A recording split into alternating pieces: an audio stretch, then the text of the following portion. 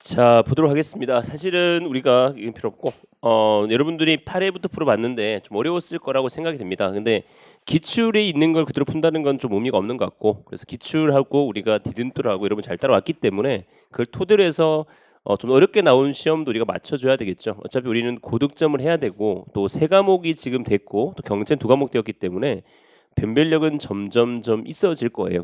결국은 한 문제 차이로 결국은 달라게 결정되기 때문에 이러한 부분도 잘 보셔야 됩니다. 그래서 뭐 틀렸다, 여기서 빵점이다, 10점이다 별 의미는 없어요. 그죠? 왜 안 왔어? 한국사 못 통과했나? 자, 아무튼 여러 가지 문제가 존재하는데 그럴 수 있어요. 중요한 건 그게 중요한 건 아니고, 일반적으로 여러분들이 뭐 절대 실망할 필요 없어요. 뭐 이거는 여러분들이 다시 기본서를 가셔가지고 그 부분만큼은 다시 확인해 보셔야 돼요. 이게 뭐가 틀렸는지, 또 내가 어떻게 생각했는지 확인해 보시는 게 중요한 과정입니다. 그래서 이 모의고사 과정은 여러분이 100점 맞는 게 아니라 최종 우리가 최종 시험 3월 달에 있는 시험 칠 때까지, 그죠? 여러분들이 끝까지 잡고 나가야 되는 거고, 어떤 분 놓쳤는지에 대해서 한번 생각해 보면 좋겠습니다. 실망할 필요는 없다. 보통 이제 요번에도 이제 서울 동형을 봉투를 딱 풀면 애들 실망 엄청 많이 하더라고요. 그리고 막 디시랏 이런 데도 막 죽여버린다, 막 용도 많고, 막 그죠? 뭐 아그래 닥쳐라 뭐 이런 것부터 해서 개 XX까지부터 시작해서 장난 아니야. 그렇지만 그래 불구하고 그런 게 중요한, 재밌어? 자, 아무튼 그런 게 중요한 게 아니라 아그래 닥치면 되는 거고, 그게 중요한 게 아니라 여러분들이 중요한 건 합격이 중요한 거잖아요, 그죠? 그러니까 우리가 킬러 문제를 잡는 게 중요한 거고, 그렇다고 해서 구석땡이 예를 들어서 하지 않는 기준 이런 걸 물어보진 않았고, 또 여러분들이 충분히 기본서에 봤던 내용, 여기 있는 내용 거의 대부분 기본서에 봤던 내용이고 했던 내용인데, 우리 놓칠 수 있는 부분에 대해서 한번 보는 겁니다. 그래서 이걸 놓칠 수 있겠구나 해서 낸 겁니다. 그래서 한 문제 한 문제가 상당히 심도 있게 내는 문제고, 그래서 이런 부분을 잘 파악하면 됩니다. 또 모의고사 이해 문제는 조금 쉬웠던가 봐요, 그죠? 모의고사 이해가 왜 그딴 식으로 냈냐고 막 욕 이빠했더라고. 그죠? 변별력 없다 뭐, 그죠? 근데 중요한 거는 이게 그럴 수도 있고 이럴 수도 있는 건데, 그거에 대해서 여러분 휘둘리지 마시고, 여러분들은 분명히 합격할 분들이니까. 물론 제가 서울은 8회는 안 풀어봤습니다만 서울은 평균 60점이었습니다. 1회가 8회는 모르겠습니다만 여러분 실력이 그렇게 나쁜 편은 아니다. 그래서 꾸준히 지금부터 하시면, 아직 우리에게 30일이 남아 있지 않습니까? 30일 남아 있죠. 30일 남아 있으니까 30일간 우리가 빡시게 하시면 됩니다. 30일은 충분합니다. 아침에도 동푸도 있고, 동푸에 대해서 우리가 기본적 개념을 잡아드릴 거예요. 기본적인 개념 잡아드릴 거고, 그다음 요거에 통해서 좀 심화적 부분을 잡으면 두 개 양으로 해서 여러분이 잘 풀 수 있을 겁니다. 자, 1번 고체연소 현상이 되는데요. 자, 고체연소는 가장 옳지 않은 겁니다. 자, 고체연소라는 건 우리가 어떤 연소냐? 당연히 고체 연소가 있고, 이 고체 연소, 그다음에 액체 연소, 그다음에 기체 연소가 있는데, 이거 당연히 이해할 수 있죠.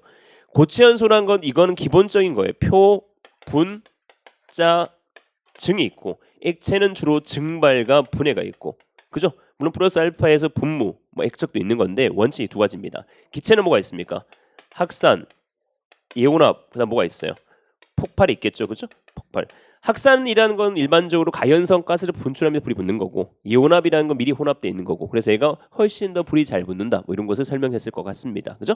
폭발은 우리가 일반 밀폐된 공간에 터지는 건데, 주로 이제 기체 연소의 특징 중에 하나가 폭발이 됩니다, 그죠? 기체 연소 중에 특징이 폭발을 얘기하면 여러분들이 또 헷갈려요. 고체도 폭발이 되지 않냐, 또 이렇게 생각할 수 있는데, 분명히 기억해야 됩니다. 기체 연소 중에 대표적인 폭발이 됩니다. 물론 고체도 폭발이 있겠지, 응상도 있겠지. 근데 이건 우리가 반드시 알고 있잖아요, 그죠? 기체 연소의 대표적인 폭발 현상이 나타난다 해도 맞는 거라는 거죠. 이건 당연한 얘기 아니겠습니까? 그러니까 우리가 보면 이런 거예요.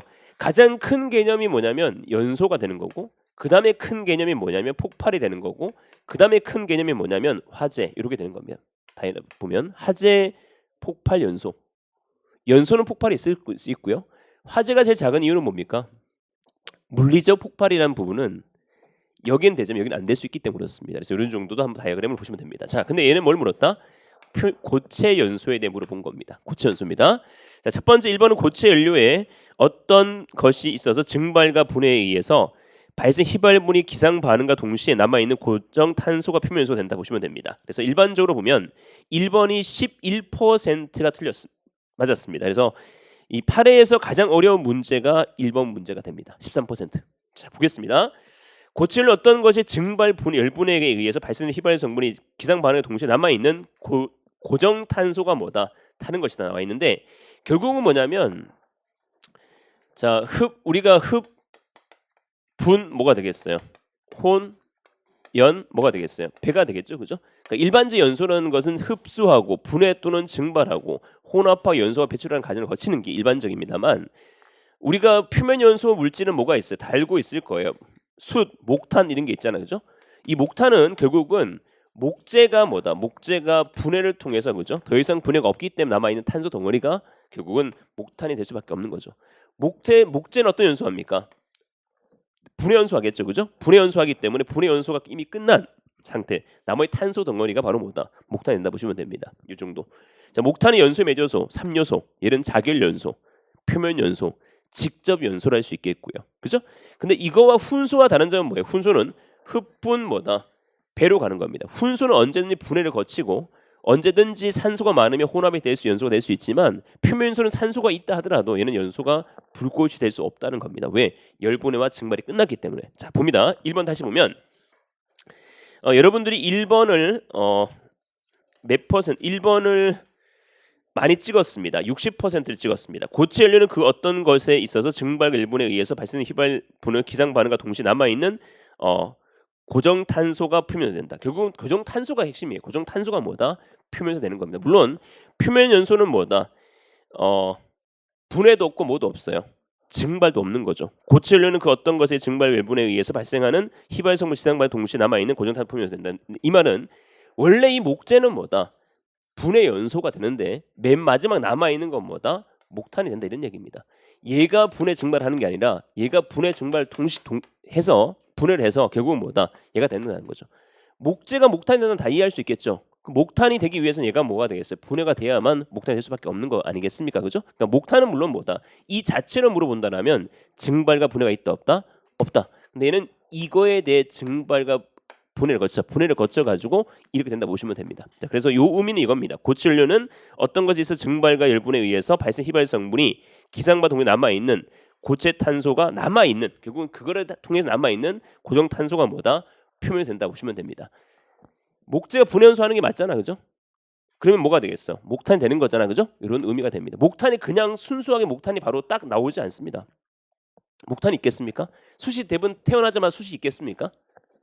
그렇지 않습니까? 숯이라는 것은 어떤 나무 따위가 타서 분해가 되어서 숯이 될 거고 목재도 마찬가지입니다. 어떤 게 타서 그죠? 목재가 분해되어서 목탄이 되는 것이지 그냥 숯이 따로 있고 태어나자마자 목탄이 따로 있고 뭐 이런 건 아니다는 얘기입니다. 이해할 수 있겠죠? 이런 부분을 조심해야 됩니다. 자, 2번 봅니다. 표면 연소의 고체 가염물이 열 전도가 작으므로 열이 축적될 가능성이 많고 연소 이루어지면서 흡착되어 산소는 소비되고 공기 중에 산소 공급되어 나와 있는데 표면 연소는 일반적으로 열 전도가 작으면 안에 잘 탈 수밖에 없는데 아닙니다. 표면 연소는 열 전도가 큽니다. 그래서 열 손실이 클 수밖에 없는 거예요. 이해할 수 있죠? 표면 연소는 뭐다? 열 전도가 크다 보시면 됩니다. 표면 연소는 열 전도가 크다. 그래서 표면 연소는 열을 많이 뺏길 수밖에 없기 때문에 잘 타지 않는다 보시면 됩니다. 그래서 결국은 뭐다? 비교적 연소 반응 속도가 느리겠죠, 그죠? 연소 속도가 느리다 보시면 됩니다. 열 전도가 크기 때문에 연소 반응 속도가 뭐다? 느리다라고 이해하시면 되겠습니다. 자, 3번 봅니다. 분해 연소는 고체 가연물이 충분한 열이 공급되면 복잡한 연소 메커니즘을 거쳐서 가연성 가스가 공기 혼합해 연소하는 것이다. 그죠? 자, 분해 연소, 증발 연소는 뭐다? 물질 자체가 용융되고 또 그것에 의해서 액체가 증발해 연소하는 것. 뭐 4번을 여러분 찍은 분들은 거의 없을 것 같은데, 그러니까 여러분 1번의 의미, 결국 목탄이라는 것은 분해 연소가 되어서 목탄이 된다는 것, 이 정도만 이해하시면 되겠습니다. 그래서 답은 몇 번? 2번이 되겠죠. 표면 연소라는 것은 한번 다시 생각해 보시면 표면 연소는 열 전도가 크다 작다? 크다. 그래서 열 축적할 가능성이 적다 많다? 적다. 이게 일반적입니다.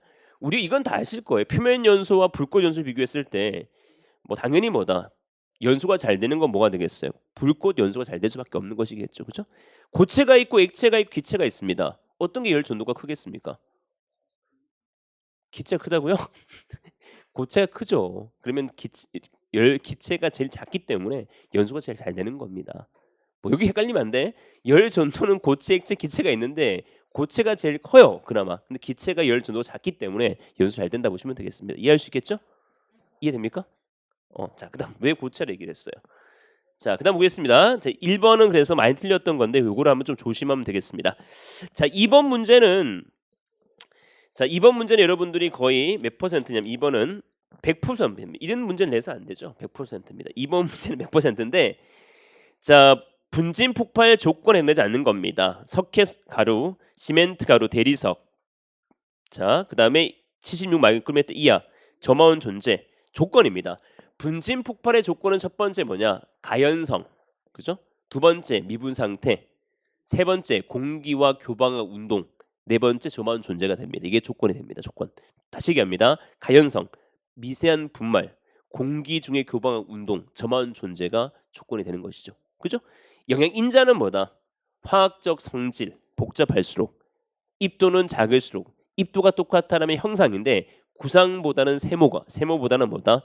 평편이 잘 된다 얘기를 했죠. 그렇죠? 이런 것을 여러분이 잘 기억하면 좋겠습니다. 그러면 1번은 1번이 나와 있고요. 자, 1번은 일단 일으키지 않는 물질이고 사실은 이런 거 석회석, 탄산, 칼슘, 시멘트에서 일어나지 않는 겁니다. 자, 그다음 2번은 뭐가 되겠어요? 입자의 크기죠. 우리가 분명히 조건은 뭐다? 미분 상태. 이게 미분 상태가 되는 겁니다. 미분 상태. 조건이 그죠? 미분 상태. 3번은 뭐다? 저마운 존재죠. 4번은 뭐예요? 교방 운동이 되겠죠. 뭐가 빠졌습니까? 가연성이 물론 빠져 있죠. 그죠? 그래서 1번은 가연성 물질이 아니기 때문에 안 된다는 얘기입니다. 그죠? 네 가지 조건에 설명한 겁니다. 이해할 수 있겠습니까? 조건과 인자입니다. 답은 1번인데 잘 풀었습니다. 근데 여러분 문제 풀다가 좀 의심을 했을 겁니다. 이게 뭐 조건인데 왜 이게 또 이렇게 지문이 구성되어 생각했을 건데 조건은 네 가지가 있다. 알겠죠? 네 가지 조건 중에서 1번에 해당 사항이 없다. 가연성이 아니다 보시면 됩니다. 자, 그다음 3번 봅니다. 3번도 95%가 되기 때문에 충분히 잘 맞출 수 있을 겁니다. 인류 위험물은 무기가산한 물로서 마른 모래 질식소화할 수 있는데 물론 무기가산한 물 중에서는 뭐가 있냐면 알칼리 금속의 가산한 물이 있습니다. 그죠? 얘는 물로 소화하게 되면 산소가 나오기 때문에 물로 소화할 수 없다 이런 얘기죠. 충분히 이해할 수 있을 것 같고요. 자, 두 번째 2번 문제입니다. 삼류 위험물은 마른 모래, 팽창, 질석, 진주에만 질식 소화할 수 있다. 자, 사류 위험물 나와 있고요. 사류 위험물은 자 가장 3번이죠. 그죠? 자, 옥내 소화죠. 냉각 소화인데 뭐 포는 맞죠.